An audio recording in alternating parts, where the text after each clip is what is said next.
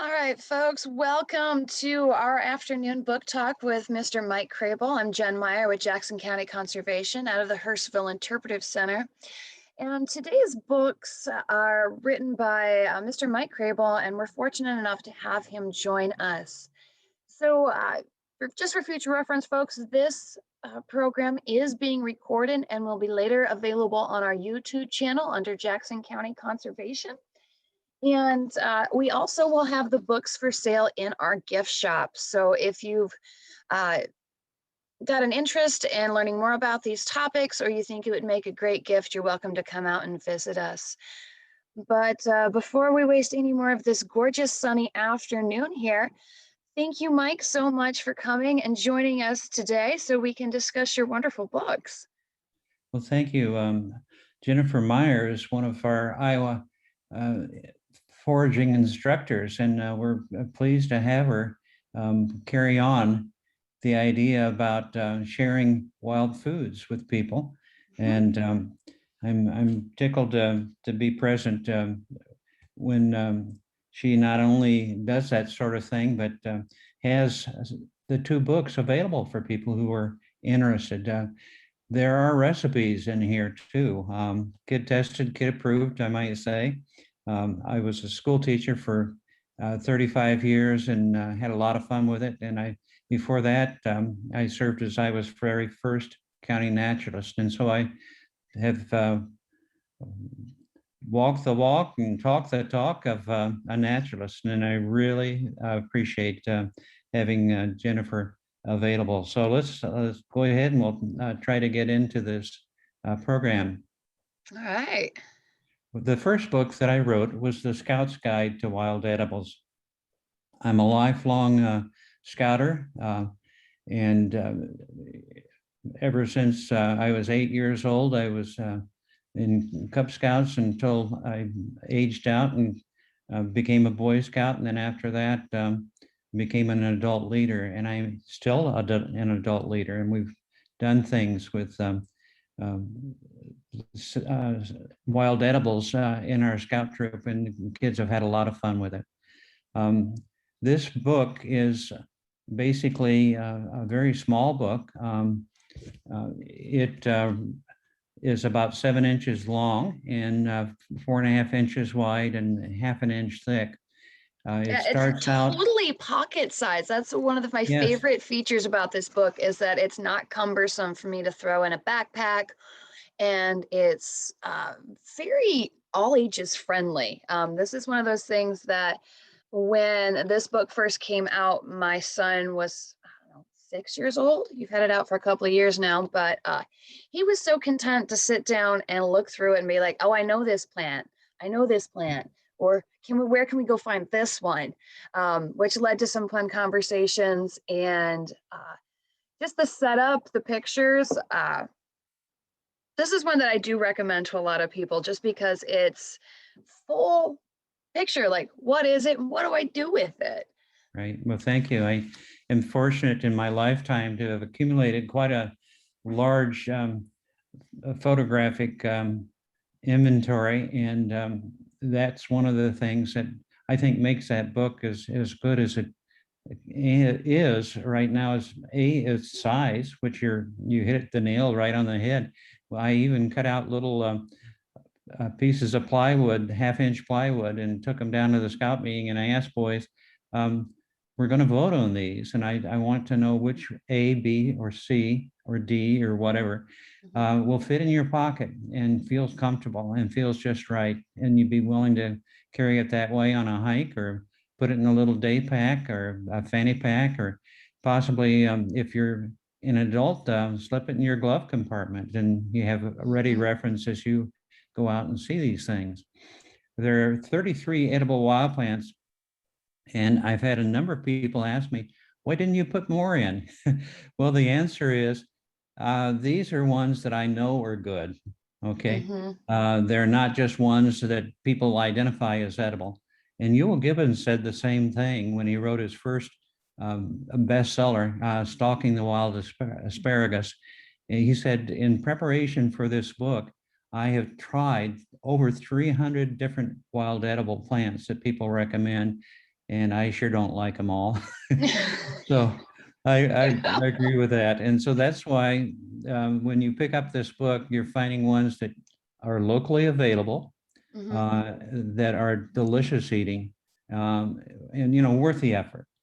Um, and mushrooms too. Many people are scared of mushrooms, but a mushroom is like a plant. You need to identify it and be absolutely sure of your identification.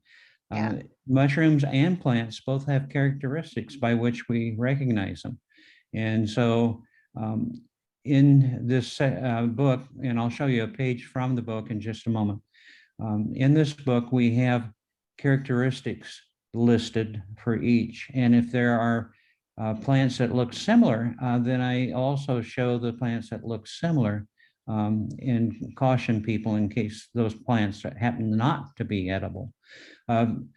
Having been a naturalist and a school teacher for many years and a scout leader, I like the idea of activities for kids in projects. And I've done a number of wild edible weekends, North Carolina, West Virginia, Wisconsin, Minnesota, and so forth, and certainly through Iowa, where having activities that you can do with edible wild plants are good programs.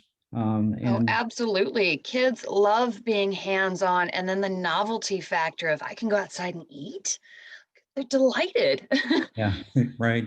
And then, of course, we have to have recipes, and those recipes have been tried with kids. And if the kids didn't like them, they didn't make the book.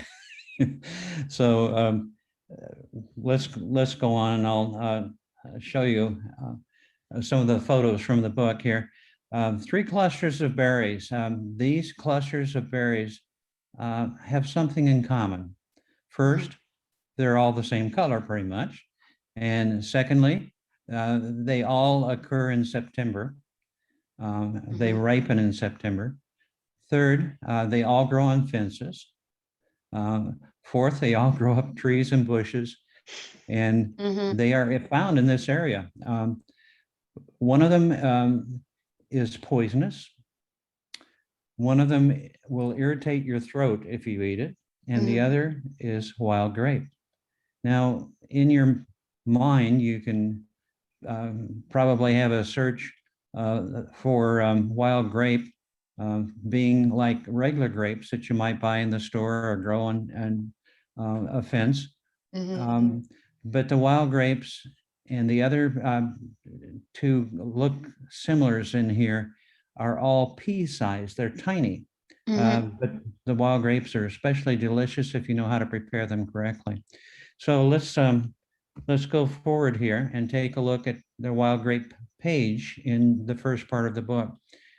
They're all listed alphabetically, by the way, so you can go almost without an index. And this Scout's Guide to Wild Edibles would have been better, I think, if it had an index in the back instead of just a great big table of contents in the front. And the new book, A Forager's Life, does have an index. So we corrected that problem. Vitis riparia is the scientific name of it, and it's the most common wild grape that's found in the United States. And it has it's commonly found up on from the ground up, and when there's something that it can grow up, whether it's a tree or a bush or a fence, the wild grape makes good advantage of that. The wild grape photos that I took on the left side of the page was taken at a fairgrounds, and there was some wild grape just growing up there by the bushels. And I thought, oh me, this is a wonderful opportunity. And I did pick a bunch, and I of course left some, but the wild grape leaves they're toothed, and they look kind of like maple leaves. They're broad like that. The older vines, these things over on the left that I'm looking at are what I would consider characteristics for positive identification. Yeah. If you go up to the next category at the top of the right-hand page, edible part and preparation, it mentions Y-shaped tendrils, and they're a little dark um, to see. In that, I thought the sun coming through would make it show up better. But the Y-shaped tendrils help them twist around a fence and climb, or the same Mhm. thing on a tree. The Y-shaped tendrils are one of the things that the scouts have learned to love as they hike from spot to spot during summer camp, because the wild grape tendrils are there and are a very pleasant sour nibble. Oh, Uh, nice. This so, is one that we look forward to finding in our fall field trips when I take them out on the river. uh-huh. It's a great way to encourage learning how to steer and just stop a canoe if we can stop and nibble while we're at it. Oh, And wonderful. and the That name sounds like a lot of Riverbank is, fun. yeah, just the Uh-huh. fact that they are on riverbanks and then they grow out over the snags if it hasn't been a flood year. Right. It's a great If opportunity. if uh, anybody that's listening has never tried nibbling on them in the summer, starting in June, you're going to see those tendrils growing, and sample more than one. I think you'll find eventually that you find ones that are really quite tasty. Now, at the bottom of the edible part in preparation, you'll notice a recommendation. It says to prepare a small batch for your family. Try Jessica Garrett's recipe on page 164. So we're going to go there in just a moment. But I left you kind of hanging on the previous picture. Yeah, with And the here berries. you'll see that it's labeled wild grape, Canada moonseed, the poisonous one, Hmm. Virginia creeper, the one that irritates your throat. Some people that forage believe that Virginia creeper is poisonous. It is not poisonous, Okay. but it it can be used in making jams and jellies. I have a book. I've not done it myself because I've had my throat irritated by those, and Okay. I've had kids that have asked me, um, if it irritates your throat, could I try one? I said, well, yes, you could try one. It Sure. won't kill you, but you may want to stand by and stand away from other people and spit it out after tasting it. And everybody, girl, boy, it doesn't matter. Boom, they want to spit it out right away. Yeah. So, okay. And Canada moonseed is the one that's dangerous. And if you look at these clusters, you just get kind of that picture in your mind. You'll see that each cluster is somewhat different. The wild grape are close together, and they're the Canada moonseed are spread apart. The Virginia creeper are on a magenta colored stem, and they spread Mm. apart quite a bit too. Now, here's the thing you need to caution if you're working with a youth group, is that um, you need to check let's say they're gathering them in a paper sack. Hmm. Uh, Check them out before you make anything from them, like wild grape jelly um, Yeah. or wild grape popsicles or whatever. Check them out. They're easy to separate. And if you have to pour Yeah. the bag out in front of the class, you can, hold up Virginia creeper and you can say, this should not be in here. If you find Canada moonseed, it definitely should not be in there. Hmm. So being able to recognize them by the appearance of the clusters, I think is very useful. And I mentioned down below at the bottom, preserving the harvest, that you can can the juice. I've done Hmm. that. You can freeze the juice, and you can make popsicles and use the popsicles within a couple of months. Um, Hmm. they lose a little bit of their flavor and they take on kind of a grittiness that is a bit on the unpleasant side. Okay. Well, let's go to page 164 and see the two girls that are sticking out their tongues, because that's one of the things that happens when you have wild grape popsicles. They Oh, make yeah. your tongues purple, and Yep. it's kind of interesting um, to see how purple by looking at a friend. And any rate, the girl on the right is Jessica Garrett, and she was one of my seventh graders. Both of these girls were my seventh graders when I was teaching in Michigan. Mm-hmm. And Jessica, for extra credit, she was an A student and she wanted to earn some extra credit. And I said, see if you can figure out how many wild grapes we would need in terms of cups to make an ice cube tray full of popsicles. And she did. She figured it out. And I've used Awesome. that recipe and made thousands and thousands of popsicles ever since then. And she's grown up and she's married. But at any rate, if you look over at the recipe over on the left side, it says for each ice cube tray that you plan to fill, you want 1 cup of ripe wild grapes. Well, that doesn't take very much time to do. This is No. a great activity, and especially if you've got a youth group or you're doing it with older friends, enjoying family get together or whatever. This is quick and easy to put together and make. It would require an overnight stay because you have to put this in the freezer and let it get hard. And don't just do it a few hours, do it overnight. That makes a big difference. Okay. Comment? Oh, it just, the practicality of these. I've done several of these recipes at home and with projects, and they are good. I'll vouch for that. Yeah, well, thank you. Thank you. The first time when we began experimenting with making the popsicles, we did use an ice cube tray, but we also used aluminum foil to hold the craft sticks upright. It didn't work. And fortunately, I mentioned it to one of the cooks who often invited me over because I did her gardening for her. She had some arthritis and other problems, and so she would treat me to a meal. And her son was in our scout troop, and so we were good friends. She said, "Mike, what you need are cardboard covers, and just lay your ice cube tray on that, turn it upside down, and go around the outside with a Sharpie marker, and then very carefully cut it out. Okay, use a cutting board or whatever, and a good sharp knife and or scissors, and then cut it out. I've used paper cutters too to make them before.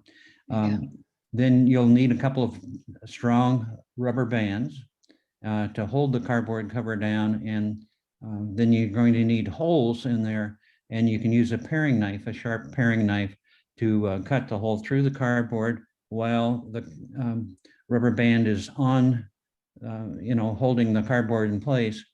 And the paring knife works very well. It's not something I'd let a kid do, but at any rate, you basically follow the recipe and follow the steps there, and you wind up with wild grape popsicles, and you remove the rubber bands, and then you kind of jiggle up the edge of the cardboard and push down with your thumbs on top of some of the craft sticks until it comes loose, and then they're easy to hand out to kids. I like to do that outdoors so I don't get any stains on the tile floor, the carpeting, or wherever. Yeah, definitely had some purple fingers after harvesting and juice making and such. Yeah, a small amount of liquid chlorine bleach and water will take that out and very quickly. Well, at any rate, that's one of the favorite activities of kids. And another favorite activity we'll get into with the next book, Forager's Life. You see the dandelions there, and Jen tells me that you've got a lot of dandelions in your area now. Yes. Look for the biggest ones if you can, ones that have somehow been watered by a sprinkler or whatever, if it's as dry as she claims in that area. The larger dandelions are often found near the edges of a building where they'll get a lot of sunlight and extra growth and get their roots down, and especially areas that seem to receive water as well. But Honestly, I find cemeteries to be lovely places. They're pretty low traffic. right, It's right, a good quiet, point. not a lot of pet activity. Yeah, I'd watch Yeah. out there too. Um, uh, the well, let's see. Hmm. I think we'll go a little bit farther in here, and we'll get to a recipe Okay. where I can talk about that a little bit better. So part one is basically divided up into three chapters. Yep. I grew up in Iowa. Dad was born in Donaldson, Iowa, southeastern Iowa, and he wound up going to the University of Iowa and graduated in civil engineering, Mm-hmm. and worked in Muscatine, Iowa, for one of the largest companies in the world, Stanley Engineering Company. Okay. Um, he got sent on a journey down to help with the Tennessee Valley Authority as they created things in Tennessee, and that's where he met Mom.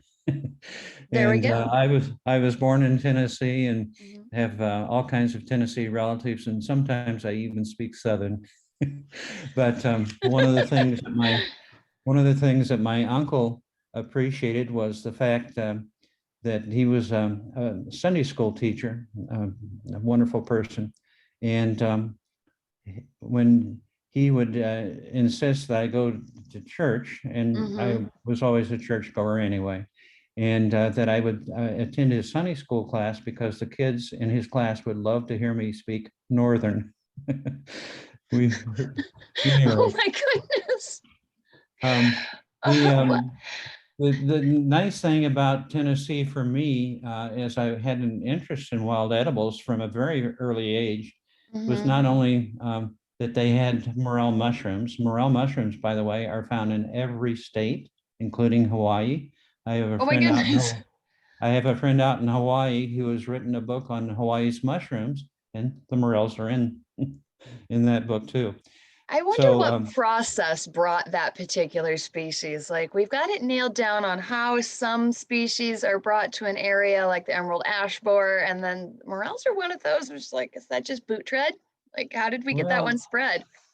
yeah, I would have to think that it's possible, since they were so popular everywhere, Mm-hmm. that there were places where they didn't yet exist, and that they were brought in by people, and people tried to grow them and found out it's hard to grow morels. It's Yes, it possible, is. but it's hard to grow morels, and you can dry morels, and maybe people planted, just spread the spores around. I'm not sure. Oh, But it's fun to think about those things as you're enjoying a meal of morels, of course.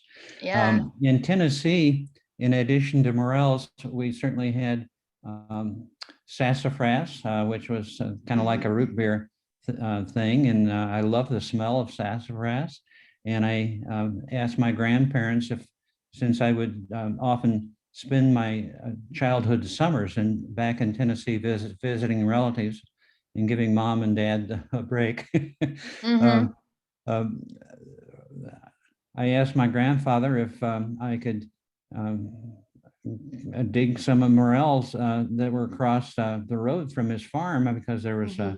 a little stream over there, and I could see some of the soil eroded away, and there were long sassafras roots that stuck out. And he said, yes, he's let me give you a bucket Oh, that's to put them awesome. in, and a shovel, and a long handled pruner so you can cut them off.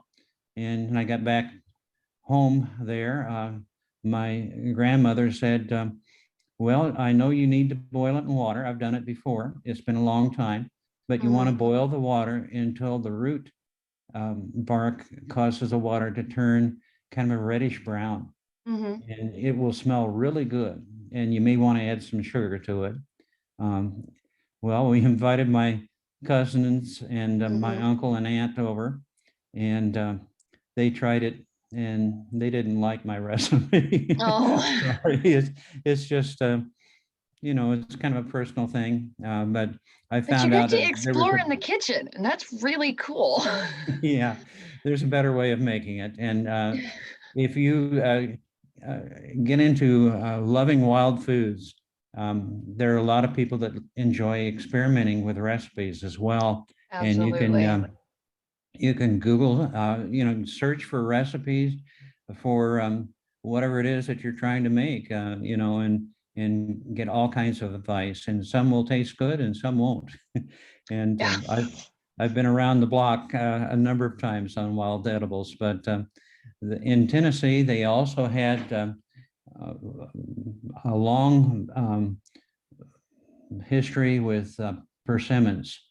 And Hmm. I'd heard about persimmons, and one of the scout troops in the community said, "Would you like to go on camping with us?" And I said, "Yeah." And we're going to pick some green persimmons. I said, "What do you do with green persimmons?" And he said, "Well, we see if you kids like the taste." Oh my. If you Oh if you've never bitten no. into a green persimmon, the green Oh. persimmon dries up your mouth instantly. It causes your lips to pucker and roll under, and oh, it's really something. That's You spit quite the it out, of course, initiation. but it's a lot of fun. And knowing that it would cause that, it didn't matter. When I tried it here with a local troop, I told them about it ahead of time, and they said, "We want to try it. We want to try it." I said, Okay. "Okay, you may want to get a little glass of water and ahead of time." And so they all got their glass of water and they tried it, and they looked at each other's faces and oh, yeah. So anyway, but I asked my grandfather if I could borrow his ladder from his garage because there was a persimmon tree right at the edge. Mhm. And he said, "Oh, no." He said, "You don't want to get them now." He said, "I know the, the scouts teased you with that, but you don't want to do that to your cousins. Okay, you want to be friends." And I said, Yeah. "Okay." He said, "When they are ripe, they fall from the tree, and Yeah. you want to pick them up from the ground. And then you can be pretty sure that the ones on the ground are going to be okay." I Yeah. found out since then that sometimes the wind blows hard enough in a windstorm in October that the persimmons clusters will break off the tree and drop to the Mhm. ground, and they'll look orange. And you might think orange means that they're edible. No, Oh. not yet. They have to be soft enough to kind of deform as you touch them, kind of like if you can imagine a water balloon. They Mm, have yeah. to have that kind of texture to them. And at the top of the persimmon is uh, some basic remnants from when the bud covered over the persimmon and Mhm. flower. Um, and those will need to twist off very, very easily. Yeah. And if they twist off easily, you've got a persimmon that you can eat.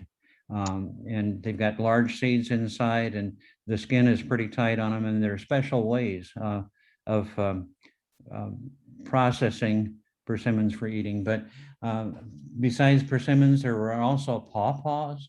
There was Mhm. also muscadine, and muscadine is basically a grape with a real hard skin. It's a very stiff skin, and you have to cut down through that and get the seeds out. But they make the most awesome ice cream you've ever Mm. had. They're just absolutely delicious.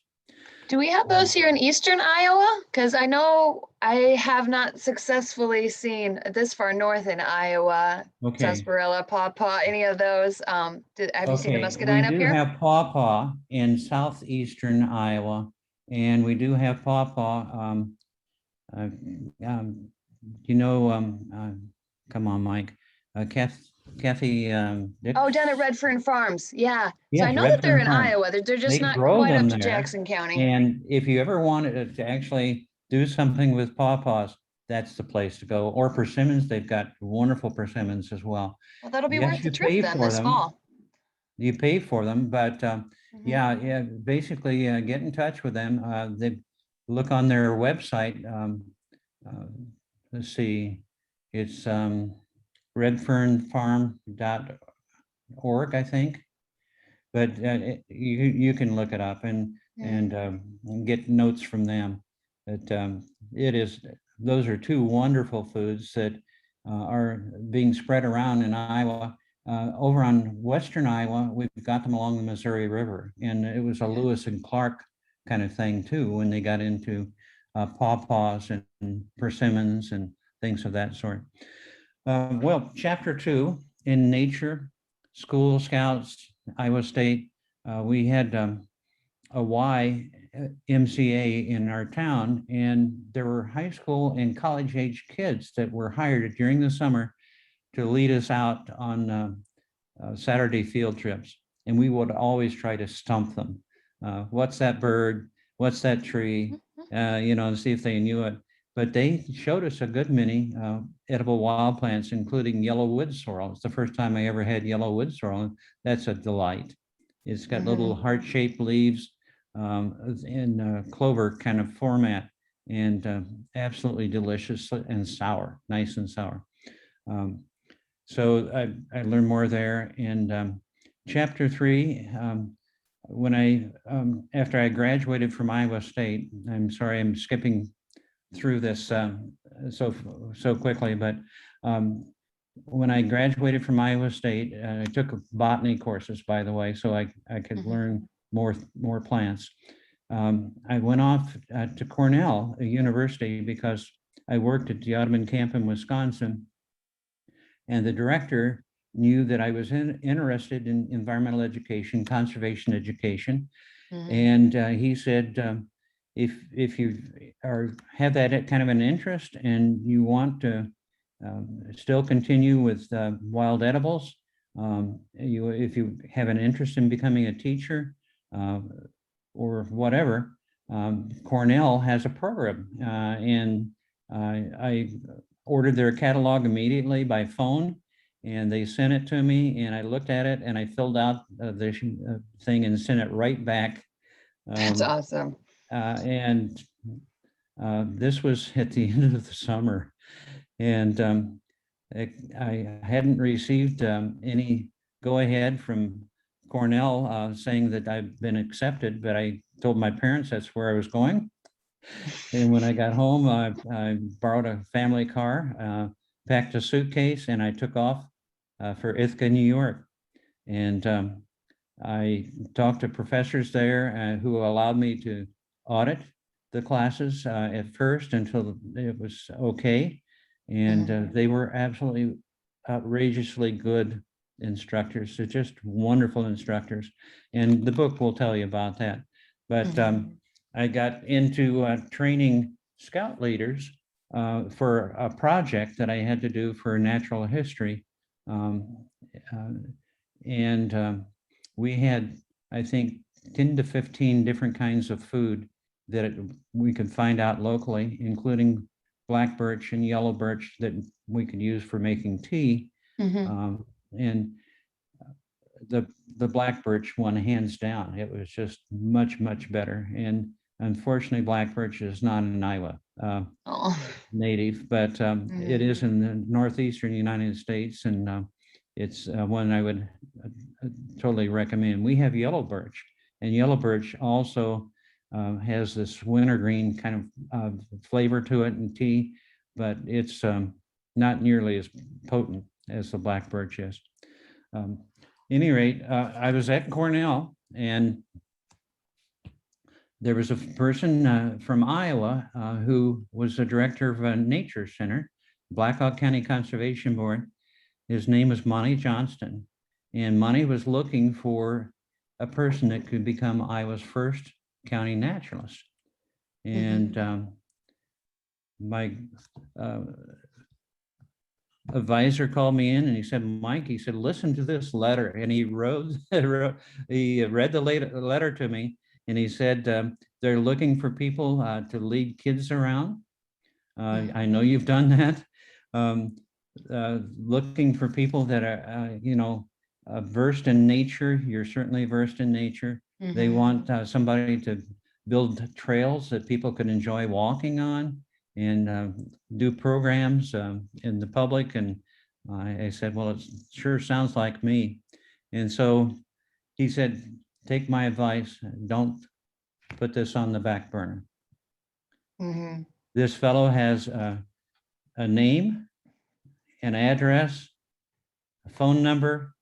He said, use my phone and call him now. It was serendipitous then. You needed to come back to Iowa. Show enthusiasm. And we hit it off right away. And he said, you sound like someone I'd love to have come out. Would you be willing to come out and see the area and meet with some of our contacts and our staff members? And I said, I'd love it as soon as possible. And he said, I will pay for the flight out. And I want you to fly out to Waterloo, Iowa. And Monty Johnston met me there at the airport. And he said, Mike, he said, let's go on a whirlwind tour of our 19 county parks. And it was just so delightful. The waterfowl were there, and you named the waterfowl. They were coming up in the wetlands that they had the parks in. It was part of the green belt system that he had. And he said, we want somebody that can show people this. And I said, oh my gosh, as we went around the corner, and wood ducks flew up around us, just beautiful as we got close to the river. And I said, where do I sign up? And you know, and he said, when can you start work? And I said, I'm done at Cornell in late June, and I can start work in July. And it happened, and I had 3 glorious, wonderful years learning what the job of a naturalist was, creating. It's a great job.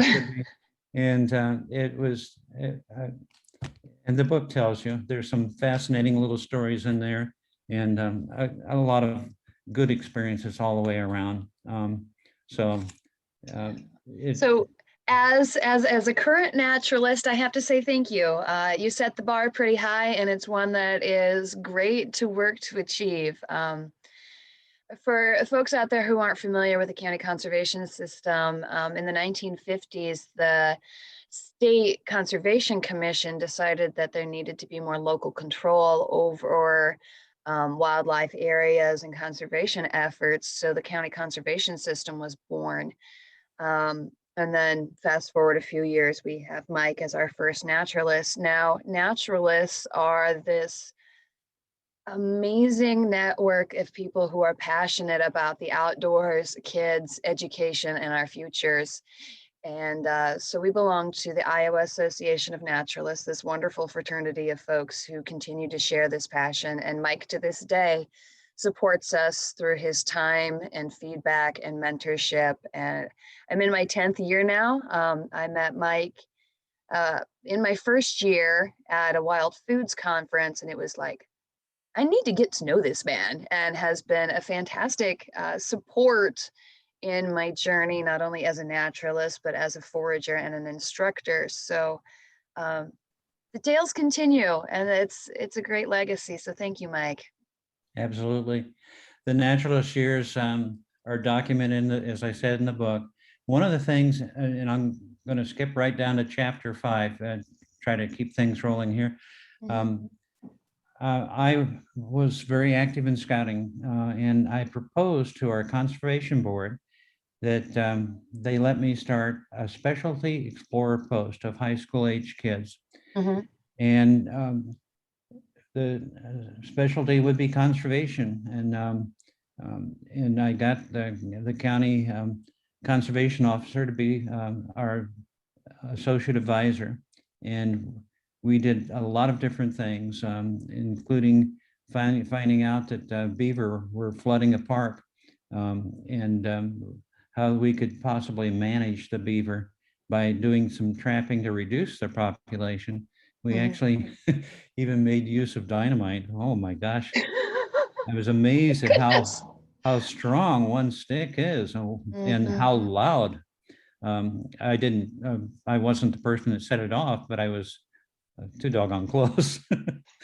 And at any rate, we blew the dam and the sticks went flying way, way up in the air. And it took several seconds for them to come back down. But we did put in a nature trail at that park, and interpretation on beaver and beaver sign was part of it. But we couldn't have the beaver flooding all the trails as they were doing at that point in time. But one of the things that I knew kids would love was counting eagles. Now, I happen to have been active in Keokuk at the time that a fellow was working with the National Audubon Society and trying to find out if DDT was causing the population of eagles to drop down to an unsustainable level. And we found out that it was. And one of the ways we found out was to count the ratio of adults to immature eagles. And the ratio of adults was staying pretty much the same. And I didn't say that right. Let me try again. The ratio of immature eagles, the young eagles, was dropping drastically. And we found out from a friend of mine in Waterloo, Iowa, who actually did research on that in Alaska, that what was happening was that the eagle's eggshells were becoming thin because DDT was interfering with the thickness hormone that caused the shells to be thick enough that it could support the weight of the parent eagles in incubation.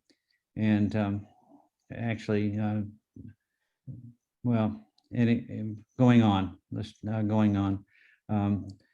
we arranged to take the kids down in an old school bus that we painted up the Green Dragon. And I got a chauffeur's license to drive that thing. And we drove all the way down from Waterloo to Keokuk, Iowa, and across the river to our scout camp in Illinois. And we did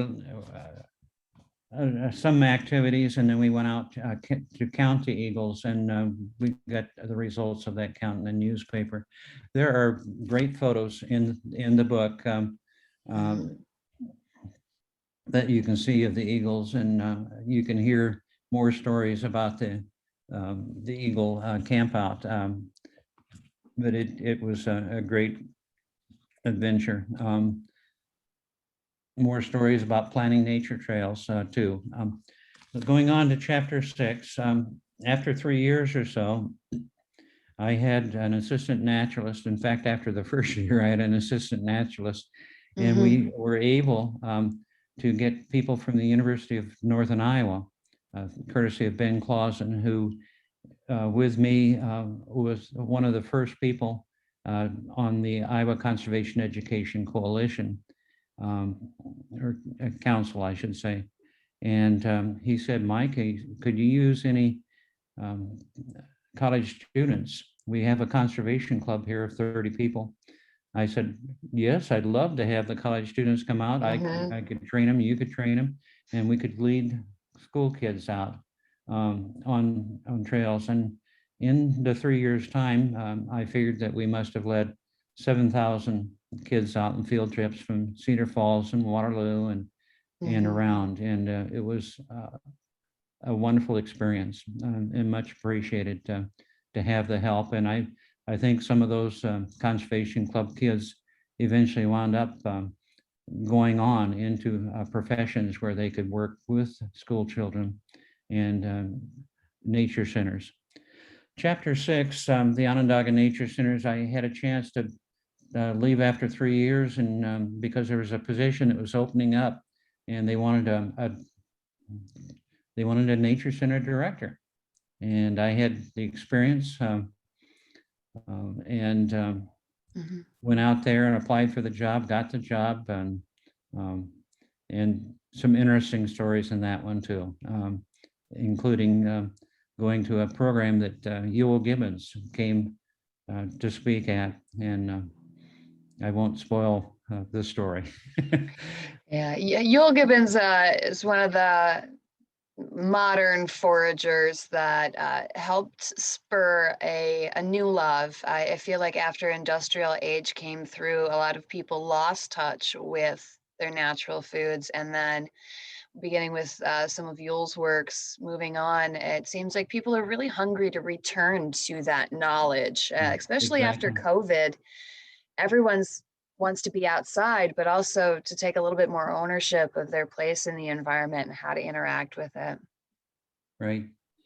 Well, I left that position after about 3 years. They were talking about a $500,000 nature center that would be built on the property, and I did a lot to raise money and um, work with the people and get school classes out and get programs going out at the Beaver Lake area, which was a 300-acre site and had a 200-acre lake in it. And the fall migration was spectacular again. Yeah. We had a lot of snow in that area, and so snowshoes were part of a necessary kind of thing. But going on, I decided that I wanted to work on a PhD at the University of Michigan. Environmental education seemed to be the going thing at that point in time, and Bill Stapp was probably one of the most famous people in the world with environmental education, and I decided I wanted to work on a doctorate at the University of Michigan under him. And so I packed all my stuff and I moved out there without, said goodbye. They were back in Baldwinsville, New York, where I had been the director. They were looking to hire a person that had business education and fundraising skills, things that I didn't have. They appreciated what I was able to do for them, but they had to find someone new. So it gave me a perfect segue into furthering my education. I got out there and talked to Bill, and Bill said, unfortunately, Mike, he said, I am going to take a sabbatical for 3 years. Oh. I am going to go to Paris, work for UNESCO, and set up an environmental education program for 130 different nations. And I said, oh my, I wish I could speak French, Bill. I'd love to go with you. Yeah, absolutely. He said, well, here's my recommendation for you. Since you've worked with school kids, you've worked with scouts, and you've worked outdoors as a naturalist, why don't you apply for a teaching position? Do you have a teaching degree? And I said, yes, I got that when I was at Cornell. I got a teaching degree, and they said it would be good any state of the United States because of their process is so difficult. And I applied a number of different places, including the University of Michigan Community of Ann Arbor.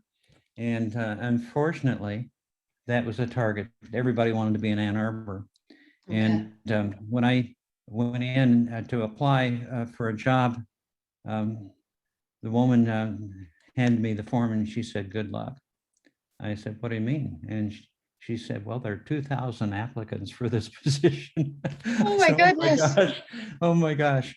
And she said, if you want to fill it in, but you're a brand new teacher, so you're not going to rank very highly compared to people that have been teaching for years and have a sterling record. And so I thought, okay, well, I'll look around. And I tried a couple of places. Whitmore Lake, where I was living at the time, the only thing they needed was a business teacher. And I thought, oh, not me. That's why I left New York. And so I drove on up to Brighton, Michigan. They had a wonderful campus that had included a pond and hiking trails and so forth. trees, and but again, there were a lot of people applying, over 200 people applying for that, and I thought, And I happened to be looking at a newspaper, at the want ads in a newspaper, as I ate supper that evening, and it said, Howell, Michigan is looking for an ecology teacher, a seventh grade ecology teacher. I said, I could do that. I could do that. Mm-hmm. And so I thought, and it mentioned the address of these school district offices, and the time of the interviews is 8 o'clock and so forth. And I thought, man, I called immediately. I got a recorded message, of course, because it was supper time. But I thought, I've got to be there. And I got my resume together, and I drove. It was 19 minutes away from where I lived. I drove there to find it first, and so that I could be there at 8 o'clock the following morning and the first in line. Mm-hmm. And I got there, and I met the personnel director going up the steps, and he said, well, it's good to see you too. I'm opening up, so you're going to be the first person here. And pretty soon, one of the administrators came in and waved at Bill and me, and walked on in to her office. And Bill turned to me and he said, Mike, do you have a resume? And I said, sure. And I handed the resume to him. He said, just a minute, I'm going to make a copy of this, since you didn't mail one in. And he went over to the copy machine, made a copy, and immediately knocked on the door to her office. And he said, Miss Piles, here's the latest resume, and I've got him out in my office right now. And he looked through the resume, read it, and just started to ask me a question. And immediately the door opened from her room, and she came out and she said, Bill, hire him. She said, I love his background. I love his resume. He knows ecology. He minored in ecology at Cornell. He majored in nature studies, science education, and conservation education. He's the person we want. And as she went on, she said, we've had a money problem here, and we had to lose a person that was teaching that. And she said, and I would love it if you could take our kids to a camp, a conservation camp. And I thought, wow, Yeah. And I said, well, I know there's a lot to look at, and this is July, and is it possible for me to come over and visit the school? And yes, she said, can you come at noon today? I said, yes, I'll get a quick bite to eat at a local restaurant, and I'll be there at noon. And she had her secretaries primed, and she described what I looked like. And the secretaries had a set of keys ready for me, and another set of handouts, policies, and so forth. And as soon as I came in, and they smiled and came over and shook my hand, and introduced themselves.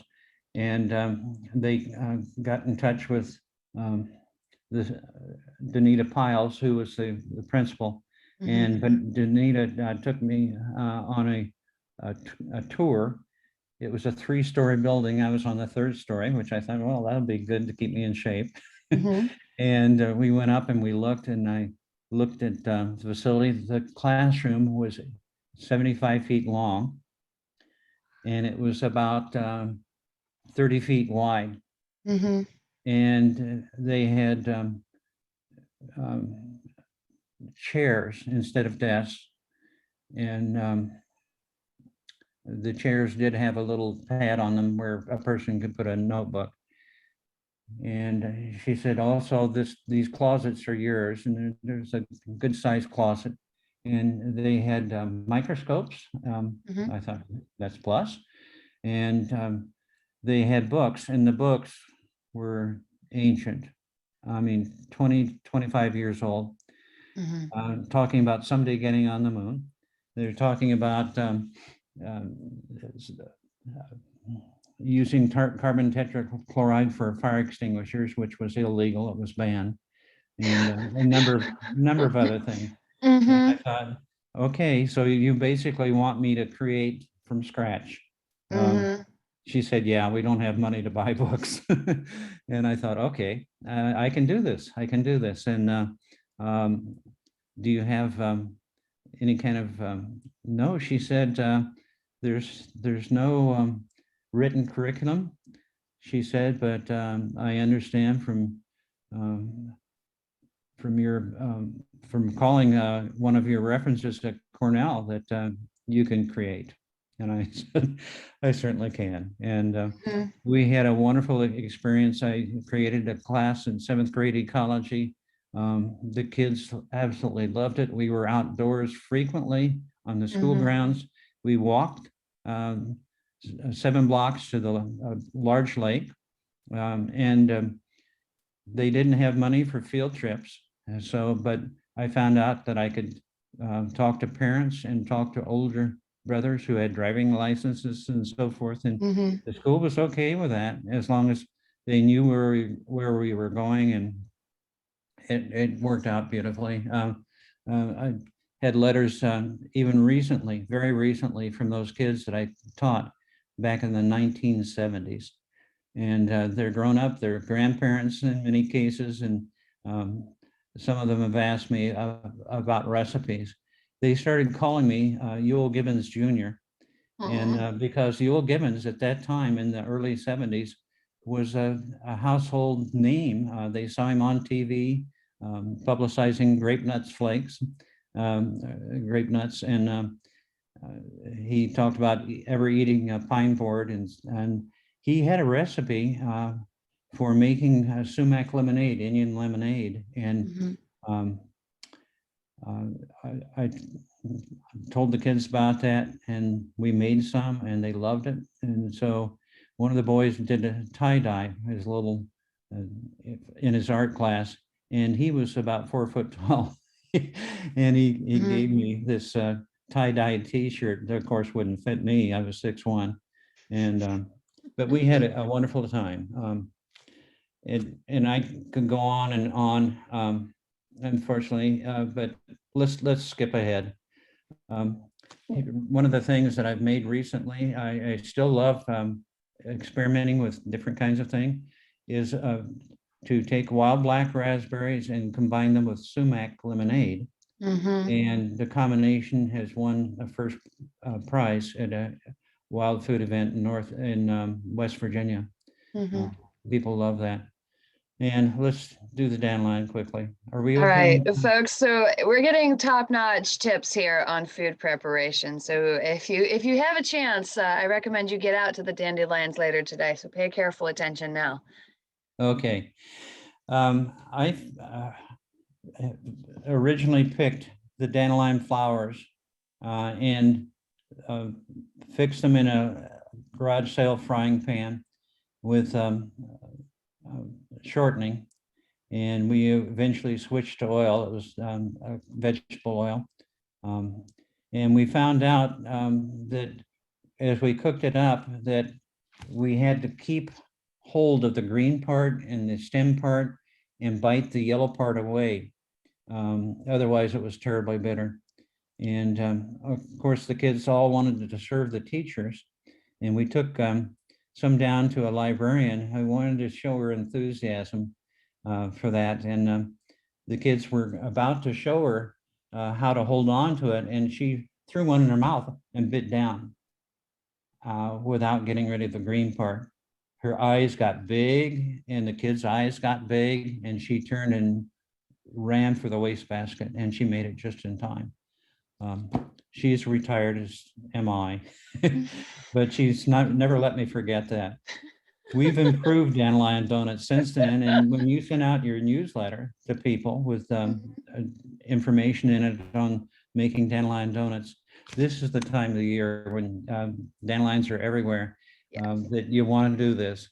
So what you need to do basically is remove the yellow part that tastes good and put that into your pancake batter with a quarter cup less milk and an extra egg to make it a little bit stronger. I happen to have at this point in time, and we're going to try this. If I can, okay, let me see.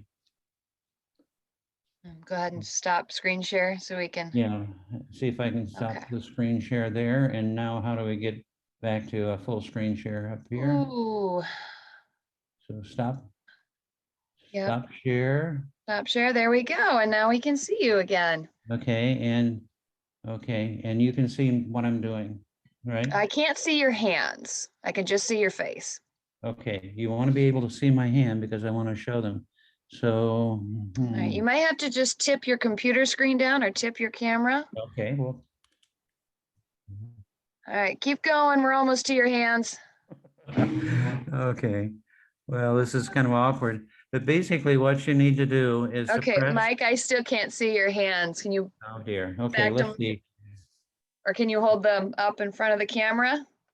Yes, I could do that, I suppose. So what do I go back to share? No, you don't need to go to share. Just I Okay, want like if you have I think you have a dandelion with you, don't you? I do. All right. So let me So see if I can click on this and, okay, like this. there now I can see your flower. Thank you. That's Okay, perfect. basically, I'm squeezing it between the thumb and forefinger here, and Hmm. I'm going to press down even harder. It's gonna be slippery. But if you roll it back and forth between your thumb and forefinger, Hmm. and so it becomes looser. I'm sorry, this is not working as well as I had hoped, but you can pull on it and separate it, and then you can throw the green part away. Hmm. No? Hmm. Oh, well. No, So I see what you you're can talking practice about. that at home, practice it at home, practice it with kids, and you'll get the hang of it pretty soon. You only need a cup to make Hmm. 40 dandelion donuts in this recipe. Okay. So if Yeah. you are interested in trying this recipe, it is available in the book Scout's Guide to Wild Edibles in the Hurstville Interpretive Center gift shop, or on Saturday, May 22nd at 2 p.m. I will be hosting a dandelion cooking class. Folks are welcome to come on out and we'll get to do dandelion donuts as a group project. And then I hope my ladies at home are still laying eggs because I want to make a frittata out of the greens and the Oh, flowers as sounds well. wonderful. I might have to plan on coming up to that. You're welcome to do so, Mike. So Thank you. May this dandelion 22nd. wisdom is definitely spot Okay. on for our season. Okay. All right. Now, if I'm looking at the time and I know we're running a little on the We are. late side.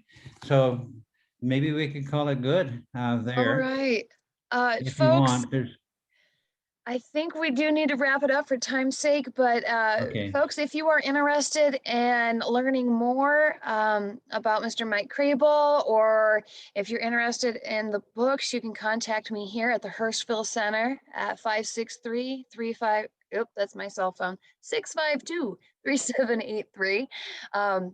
Our books are available in the gift shop. I'm happy to field questions for Mr. Krebil here, and also to answer your questions.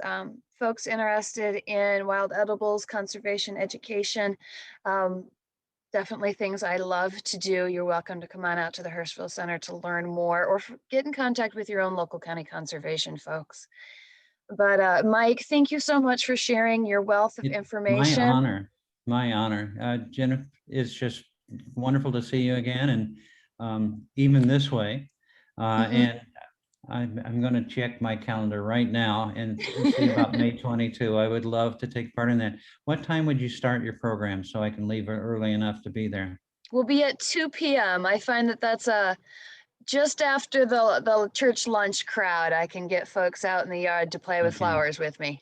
May 22, 2 Hmm. p.m. Okay. So, folks, again, this program is being recorded and will be available on our YouTube channel, Jackson County Conservation.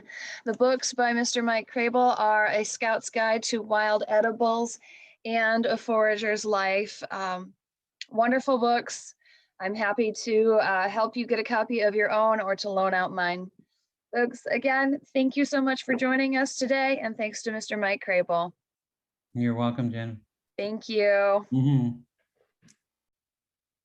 Okay, so we're going to go ahead and finish up this presentation so we get to see all of it. This is awesome. Thank you for giving us a part 2, Mike. Yeah, play from current slide. There we go. All right. Okay. All right. Okay, and here's how I organize the kids. Oh, didn't do that right. Let's go back. Let's see. There you Okay, go. Perfect. okay. Right, I'm sorry. Okay, can we move this over a little bit? I don't know. Yeah, yay, okay. Yeah? Okay, awesome. Got it figured out. All right, squeezing, oh well. Squeezing dandelions. Anyway, I had each kid go out and pick 5 dandelions and put them in little plastic bowls. And I told them, try to pick the biggest ones you can. Mhm. And then I taught them how to roll the dandelion by pressing down on that green part between thumb and forefinger and squeezing harder and harder until it came loose, and you could sometimes shake it out. And then dandelion donuts, we found out if you look at the girl that's on the left, you'll find that she has a stainless steel mixing bowl. We had a plastic one. And we found out plastic didn't go too well against the hot electric frying pan. It got welded, as a matter of fact. So we had to revisit that. And for her safety, we used long-handled teaspoons to get the batter in one. We hold it so it was facing up towards the ceiling and get it out over the frying pan, and then tilt it to the side, and then use the other long-handled teaspoon to scrape the batter down. The temperature of 375 is pretty critical. You want to make sure it's there before you fry very many of them. Otherwise, it cools the oil off, and the oil seeks, comes in and ruins the light, spongy taste that we're looking for. The next girl in the middle used a slotted nylon spoon, since this was a nonstick skillet that we were using, and she would put them out on paper towels so they could drain. The boy on the right would reach over, and when that was cool enough, and then drop it into the bread loaf pans that are in front of him. The far one is one that had powdered sugar in it. The next one had plain sugar, and the one that's just about off the screen had cinnamon and sugar mixed together. And then he would set them out there. It looked like he did the cinnamon and sugar ones and pulled them up towards him because he wanted to be close to Smart boy. at any rate, go ahead. No, I said that's a smart kid. Well, he is smart.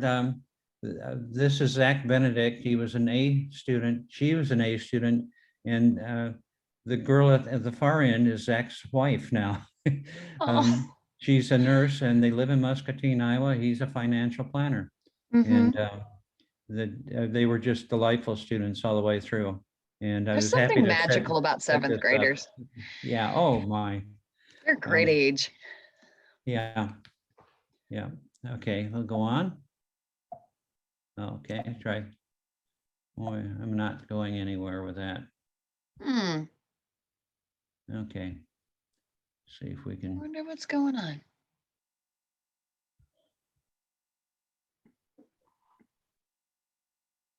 Uh, I don't know. Well, Underneath the box dandelion donut team, I oh do yeah, see some yeah. arrows. Yes, yes. Okay, so I think we'll want to go this way. That is correct. There's something Yeah. else that you can make from dandelions. It's a cordial. Mm-hmm. And the cordial can be either alcoholic or non-alcoholic. Of course, I've worked with kids. I do not imbibe myself. And so I always wanted to make the dandelion cordial ferment for only 4 days. And I've heard since then from another person that says he's been doing this for 35 years, making different kinds of beverages, and he's found out that the alcohol comes out almost immediately when you start the fermenting. I'm not sure that's quite correct, but I've talked with um, Dwight Zietlow and Lita Meredith and Rachel Mifsud, all of who have experience in making cordials and different kinds of beverages from wild plants at various conferences that I've gone to in training sessions. And so basically, you make this by starting out the same way that you would start out with dandelion donuts. You want to Mm-hmm. separate the green part and get rid of that. You don't want to put that in with the gallon jar of water that has 3 quarts of water in it, and then the juice from lemons or limes in it. Any rate, the technique is fairly simple, and you need to let it set at room temperature for your 4 days, stirring it once or twice daily. And basically the yeast, the natural yeast that is part of many plants, including the dandelion green part on the outside of the plant, or that might be drifting through the air. I'm tempted actually to actually buy a little packet of bread yeast and sprinkle some of that in Mm-hmm. to make sure that you get the bubbles, the effervescence that you want from the carbon dioxide that this would create. So I'm thinking that I might need to contact one of those people and see what they would think about adding a little packet of yeast to it. But I Um, have made it before where kids absolutely loved it, and scouts loved it. I tested it with a committee of adults first. They said, "Is this too alcoholic?" And they said, "No." So yeah. anyway, Is this one you think I could make in advance oh for yeah, the dandelion class? absolutely. You can How make in long could I advance. keep it in the fridge That's a beforehand? good question. And I honestly have not kept it beyond a week. Okay. Um, but I don't leave any of the, I strain it all through a flour sack dish towel. Mm-hmm. And that takes all of the little flower petals or Yeah. flowers out of it. And it looks just like a regular beverage in that sense, a little Okay. towards the light brown side, but not bad at all. And I would definitely try it ahead of time. Okay. I use a gallon pitcher, and then I fill it 3 quarts of water, and then I add in the 3 to 4 cups of dandelion flower heads, and they'll come up and float up on top of Mm-hmm. the water. And so you need a wooden spoon, your friend, the wooden spoon, and Mm-hmm. stir it in good. And then every day stir it maybe twice. Okay. Um, Right. I have had instances in the past where I've tried and we wound up with a mold growing on the outside, and I don't. Yeah.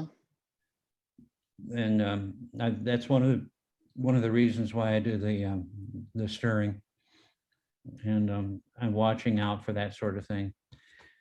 Okay, if we still had dandelions around here, Mike Krebil might try to make some to bring along too. Okay.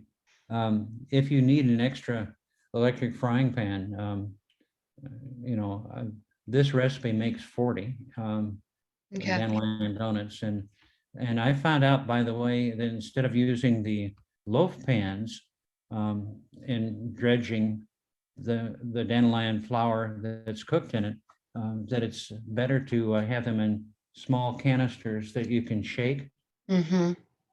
so that you don't get so much, because you can get it glommed on and that Yeah.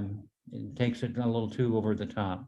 I think I'll just use paper bags and put some sugar in so we can shake really easily. Not a bad idea. Yeah. Okay.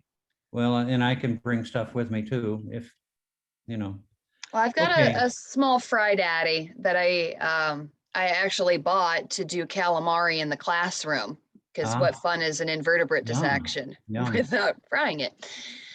Okay, and I was supposed to be emphasizing this particular mushroom, and I'm glad that some people are going to tune in and be able to watch the rest of the presentation Mhm. here. This is the world famous morel mushroom. It is found not only in all of our states, but it's found around the world in different spots. And it's certainly eagerly ordered from the United States, particularly with the mushrooms that are harvested out west after forest Mhm. fires.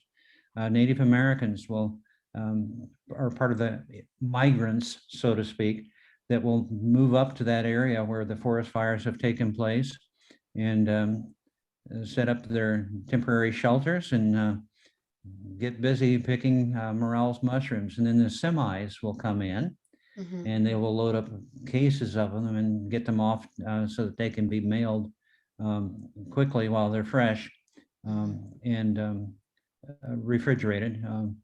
And so, at any rate, I once had gone over into Missouri because Missouri was receiving the rain that Mhm. southeastern Iowa wasn't. It was spotty, and I began finding morel mushrooms. The morel mushrooms were along a river, and frequently that's one of the best places to look for morels is Mhm. in the floodplain terraces of a river. Now, let me explain floodplain terraces. Terraces are up higher than the regular floodplain. Mhm. They've from past events where more soil was carried in. And consequently, if you are in an area where you're searching an existing floodplain that is flooded this year, you're not going to find morels. No. If it flooded last year, you're not going to find morels. Mhm. If it flooded 3 years ago, yes, you'll probably find morels again. Okay. Um, so that's an important lesson.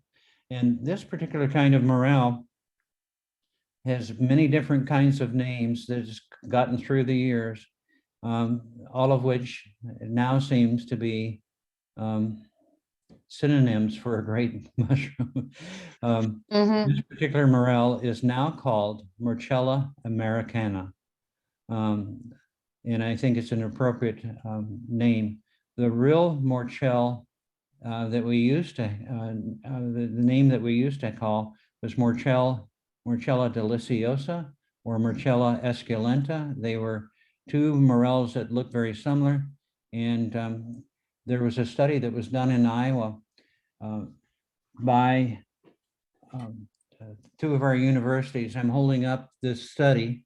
Mhm. This was done by um, for the Journal of the Iowa Academy of Science out of Cedar Falls. And it's called The Distribution and Ecology of the Morels and False Morels of Iowa. This was done by Lois Tiffany, Mhm. um, George Napas, and Donald Huffman. Donald, the first two were Iowa State University, and Donald was from Central College in Pella. And this publication is basically a little over 30 pages long. Mhm. It doesn't have a lot of pictures in it, but it has a lot of charts and showing the um, various counties in Iowa, it's 99 counties, and Mhm. how many mushrooms of different kinds were found there. We had 9 different kinds of mushrooms that were found at that time. Um, this one that you see in front of you, Morchella deliciosa, or um, or Morchella esculenta were early names that were common. They found out that the DNA, when they started doing DNA, had been discovered in Europe first. And that's where this mushroom had been named. And so we had to come up with a separate name that was appropriate, and Morchella americana seemed to be the best option and represent, this is the most common mushroom in the United States, in North America. Wow. It's the most common. It is, the young ones are called grays, and they occasionally look gray to the eye. Sometimes they are white when they first started off, and so it was called the white morel. And sometimes they're yellow or blonde, and so it took both of those names. And if you let this grow and it has the proper kind of moisture and nutrition, it will become a foot tall. And that's called, that at one time was called Morchella crassipes. You know And what? I have a photo of one right here in front of me. okay, if you'll So- notice, at the morels are made up of a sponge-like matrix that has pits, holes in the mushroom that the spores are produced in, and then it has ridges. And Morchella crassipes, being an older mushroom, will have sharp edges, more like knife edges on those pits, those ridges, I'm sorry. It doesn't taste as good, in my humble experience, I've had them several times, as the younger ones. I like the younger mushrooms that have the pits closer together. And these mushrooms that are in the middle, there are 3 of them that are in the middle of this, look like somebody had taken sandpaper and smoothed off the ridges, if you'll notice that. That's because they're young. On the one that's over here near the bill of my cap, you'll see that it has sharper edges. It's one of the older ones. And the one that's back here on the right, towards the top, it also has sharper edges. So those are basically older morel mushrooms. Yeah, I can see the color differentiation as well as the there's texture color difference too. Yeah, exactly. Okay. This is the black morel, which we also have in Iowa. It was discovered in your area, and also the Cedar Rapids, Lynn County area. Okay. And if you look carefully at the way this is configured, the pits are lined up. Yeah, almost like peapods. And the ridges are lined up. It's almost like you could see HI, high, on that mushroom. And if we went back to the previous thing, you'll find that the pits are all over the place. They're not necessarily lined up. Okay, so that's an easy way to tell them apart. The black morel is the more common morel that you would find in Michigan. And I spent 30 years in Michigan, and so I found this many, many times before. I was a member of the Michigan Mushroom Hunters Club, and I'm currently a member of the Prairie States Mushroom Club, which is Iowa's mushroom club. And you can find out about that and actually join for $10 a year. You can join the Prairie States Mushroom Club. The website on that is www.iowamushroom.org. That's the great group of people. Every time I've had the chance to be on a forage or a host one here in the county, it's just such a laid back but fascinating look. And everyone that I've had the privilege of being with, well, we just gather up as much as we can. We sit down and we identify, and the conversations that come out of that, and just the joy of discovery and the fellowship out there is a really good time. Exactly. You mentioned the joy of discovery, and I think that's what keeps us hunting morels. They're hard enough to find, and when you find them, wow, and if you're lucky enough to find the mother lode, which we all talk about and dream about, there are some people here in Keokuk, Iowa, that are friends of mine that found 140 pounds here a week ago. And they've sold ones that they didn't decide that they were going to try to keep in the refrigerator and then freeze.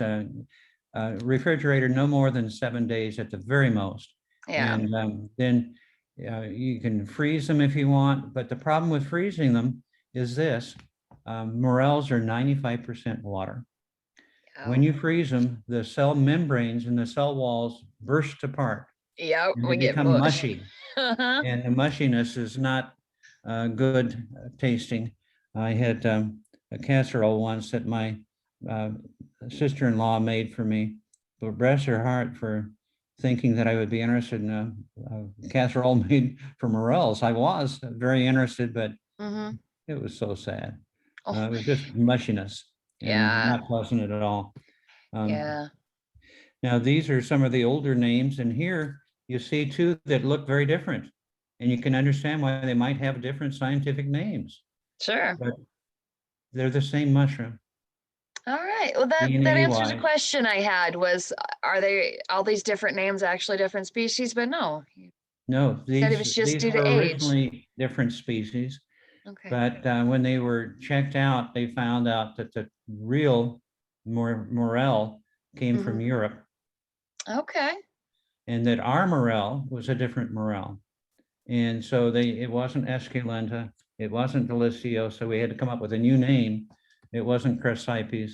And so we came up with, and there's also one called Morchella ulmaria after elm trees. Mm-hmm. Anyway, so yeah, and the Morchella delicios over here, photo by Linda and Robert Scarth. Linda unfortunately passed away, but she was a fabulous photographer. She worked Mm-hmm. at College of Mount Mercy College. And any rate, she and her husband got into photography in their retirement years, and they have produced gorgeous books. Oh, wow. Anyway, okay, going on. Um, I happen to be in. Stopped at a gas station, and I stopped at a gas station to ask a question of the clerks at the gas station and said, "Has anyone in this area reported good morel populations already?" Mm-hmm. And I said, back in 3 years ago, 2 or 3 years ago, one fellow had reported 60 pounds of morels, and I thought, holy smokes, Yeah, that's great. how wonderful! That sounds wonderful. And and they said, no, nobody's reported any morels this year. And there was a woman standing ahead of me that paused as she heard me, and I went on out the door, and she came right out. Mister, can I talk to you? And she said, have you found any morels today? And I said, no, I haven't. I checked the temperature, and they're not warm enough yet. It's supposed to be 53 degrees, according to this research that we did in Iowa. Mm-hmm. And she said, well, she said, I've been finding them. I found some today. I've been finding them for 2.5 weeks. And the way I do it is that I get on the highway and go down towards St. Louis, about an hour's down. And yeah, the morel is like northward of the spring, basically. And Okay. so if you find them in the south, you can follow them north. And I Okay. have a friend that does that sort of thing. And he starts out in North Carolina with Mm-hmm. hunting them in April. And then he continues into Tennessee. And he comes up in through the St. Louis area and up Missouri. And then he winds up in Iowa, where he's finally found enough.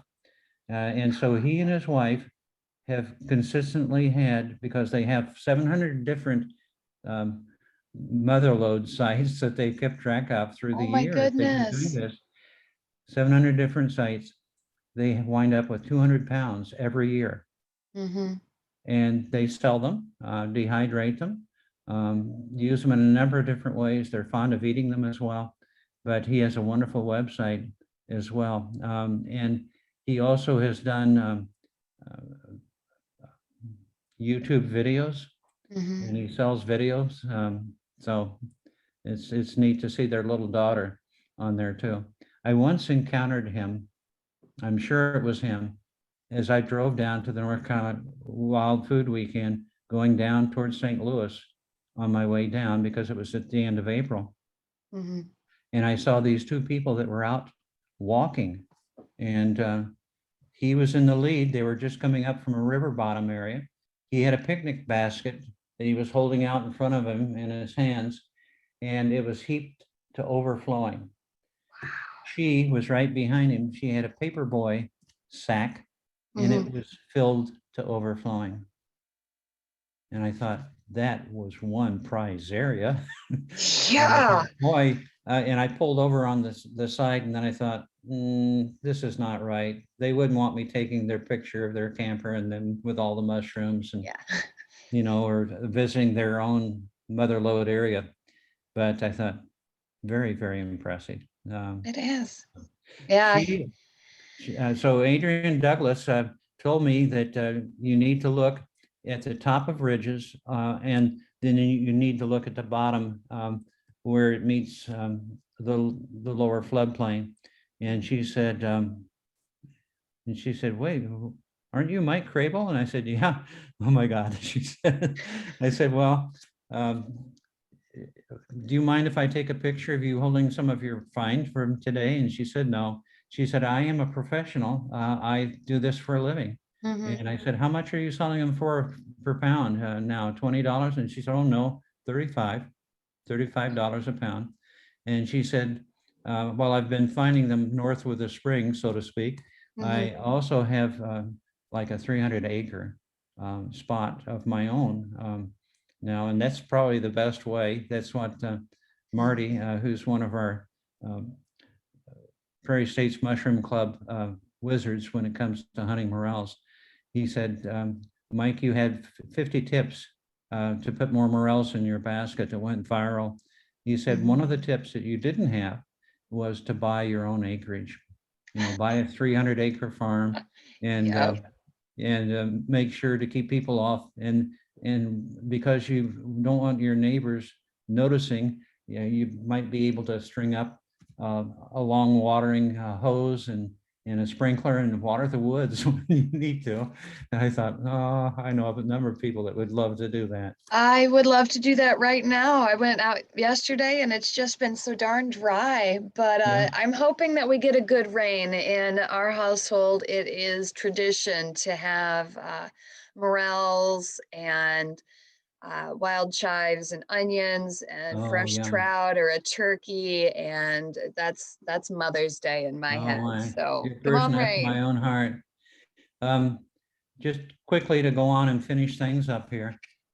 Part 5 of Forager's Life is my partnership with nature. Mm-hmm. Stewardship, the honorable harvest.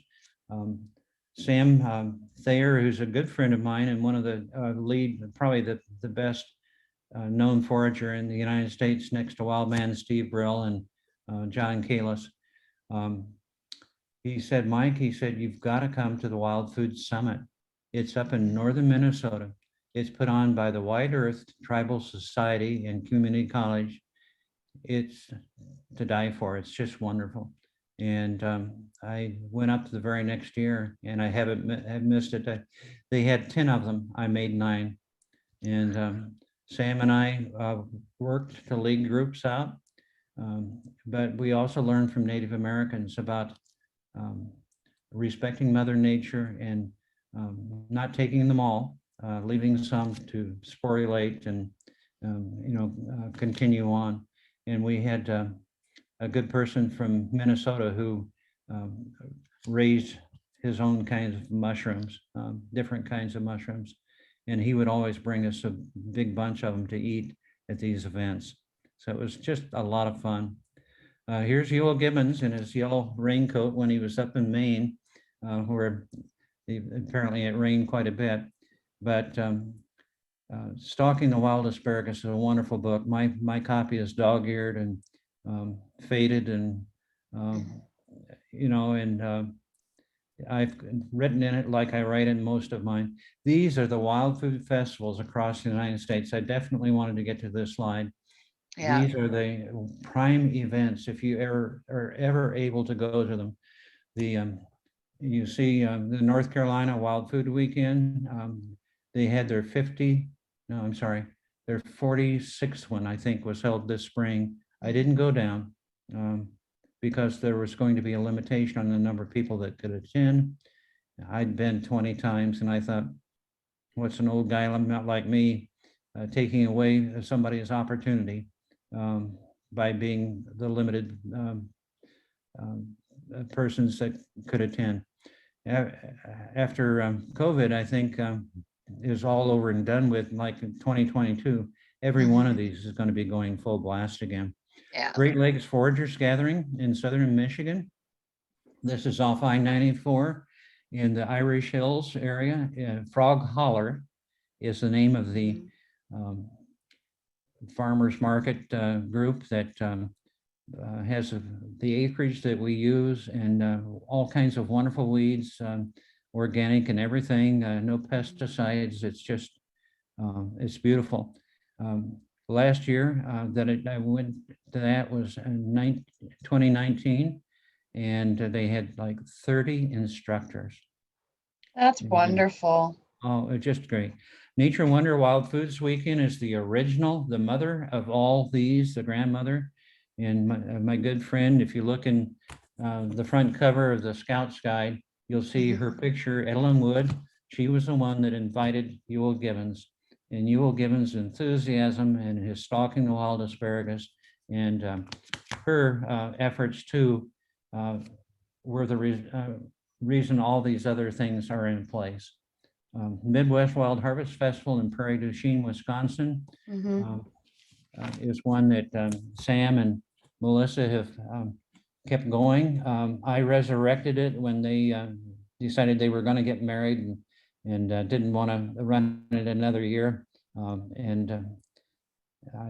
talked with Andy Benson, who put together the Facebook foraging club that so many of us got into, Midwest Wild Edibles and Forager Society. And it's just been a lot of fun. It's a hobby that's grown and that I truly love, and I think you do too, from what you've told me. There are some 21st century field guides out there now. iNaturalist, I think you're familiar with to a certain extent, with a couple of pictures, maybe 3 or 4 in less than a minute, you can find out the identity of a plant, which is absolutely wonderful. Isn't it? And see, like, I love these, but I admit I'm still pretty old school. I want to check the app, and then I still want to go check my phone, and then I want to go ask a friend. Yeah, and a friend of mine who's since passed on, but Dr. Peter Gale, who was king of the dandelions, said the best way, absolutely hands down, that beats any other way, is to go out with somebody who knows and have them point them out, the ones that they've actually eaten, and have them point them out in the field. Steve Brill has one that you can add to a phone. It can be, or an iPad, and there's an Android version of it too that he's done, but he's resurrected it, and it's intense. There's a lot of stuff to it. That's one I would recommend. He's a good friend of mine. And this is where the Scout Guide on Wild Edibles can bought from. And you noticed the last one? Come to the Hurstville Center. Yeah, right. We also have local honey too. This time of year, a lot of folks are asking, where can I get local honey? We have the indoor beehive. So some of their sister hives are out on our wildlife areas, and that's what is the honey that we sell here in the gift shop. So yeah. Stuff. Amazon.com, there's some people that are against that, but I a big proportion of my 300 books on cooking, another hobby of mine, and 300 books on wild edibles and 60 plus books on mushrooms have come from Amazon, because they have a good search engine, and they also rate things. And by the way, if you can ask people, would you please, if you buy the Scout's Guide to Wild Edibles or A Forager's Life, would you please give it a rating? Yes. That helps sell the book, of course, and that's appreciated. I found that if I go to smile.amazon.com, I can Yes, also turn yes, part that's of a my purchase into a donation. So Friends of Jackson County Conservation does get an annual bit from people who have chosen to donate to us, which allows us to continue outdoor education and improving outdoor experiences right here locally. Thank you for mentioning that. I'm so glad that you brought that up. And um, there's so much that I could have shared and thought about Absolutely. sharing, but this two two people working together. The teamwork has been great. So thank you. I also want to mention bookshop.org for people that are into independent bookstores, because it Mhm. serves independent bookstores. And there's for librarians, there's another one too that they make use of. So there's a lot of them out there marketing. I would love to get into REI, which there's some large cities that I've been into as I travel around the United States, Mhm. that they have a very nice book selection, They but they don't do. have either one of these books yet, Hmm. because their book, um, I forgot what they're called. They're like salesmen that go out with the books and order books and oh well. Um, but at any rate, we're hoping that they'll get on board eventually. I've been in, plugged them, shown them the small book, which Hmm. would be handy for backpackers, So, Absolutely. anyway, so there's my contact information. I'm not only on Facebook and my own Mike Krebil, but I'm in quite a few Facebook groups. I wanted to find out about the groups, and I haven't been as faithful to them as I probably should. And I was in the Midwest, Wild Edibles and Forager Society more than any other one, but I'm golly, there are ones on mushrooms now for mushroom identification that have over Yep. 100,000 people in them, I that know. it can help identify. And that they specialize in that sort of thing. So any rate, I do have, and I think you've got it, I do have cell phone too, but the cell phone, because I have a lot of oak trees around here, drops calls. Yeah. Um, and that's a nuisance, but if I'm going to be traveling up to Hurstville, for gosh sakes, I'm gonna have it with me. So, anyway, Sounds good. Well, maybe if somebody asks you really, really nice during that dandelion cooking class, you could get an autograph copy because I'm pretty proud of mine. well, I, I could do that, but one thing that I found out, unfortunately, is in my advanced age of 78, I've got a little bit of handshake occasionally, from time to time. And so what I've gone to, and I've talked with other authors that have done this too. Mhm. I, I'm reluctant to tell you, but I sign my name and I put the date down. And people say they appreciate that at least, so, um, Yeah, but I've got all kinds of things I could say about you, of course. So, anyway, that's okay. all right. Well, bless your heart, and thank you very much for this opportunity. Well, thank you, Um, Mike. yeah, I think that's the end of the program. So there. So Awesome. Well, I will get this put together and put on our YouTube channel and be sure to send you the link so you can share however you so choose as well. super. Thank you kindly. And on Mother's Day, I'll be doing that for Cedar Falls, Hartman um, Center up there, kind of where I started back at the time that it was still a Y camp, Wow. and set up recommendations for um, the Blackhawk County Conservation Board and for the Cedar Falls Board of Park Commissioners. So Hmm. it was a delightful time and a great experience that I still love. So, Awesome. all right. All Thank you. right. I look forward to Again, seeing you some point in time in the likewise. future. Okay, bye-bye. Bye-bye.